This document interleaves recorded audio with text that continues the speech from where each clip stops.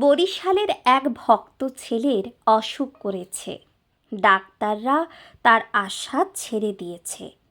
এ জীবনের মায়া ত্যাগ করার আগে তার মাকে একবার বড় দেখার ইচ্ছে জেগেছে। তার ধারণা হলো মাকে দেখতে পেলে হয়তো তার রোগ সেরে যেত। কিন্তু মাকে কিভাবে দেখতে পাবে? নিজে কি করে যাবে মায়ের কাছে?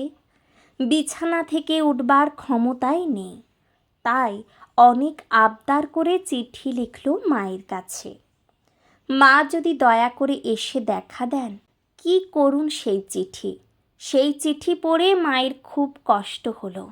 একেবারে অন্তিম সময়ে ছেলে দেখতে চেয়েছে তাকে, কিন্তু তারও যে যাবার উপায় নেই।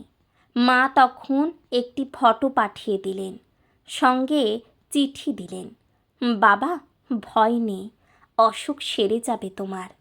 আমার যে ফটোটি পাঠালাম তাই দেখো। সেই চিঠি পেয়ে আর ফটো পেয়ে বরিশালের ছেলেটির কি আনন্দ! ছবির ভেতর দিয়ে সে দেখতে পেল জীবন্ত মাকে। আর কি আশ্চর্য!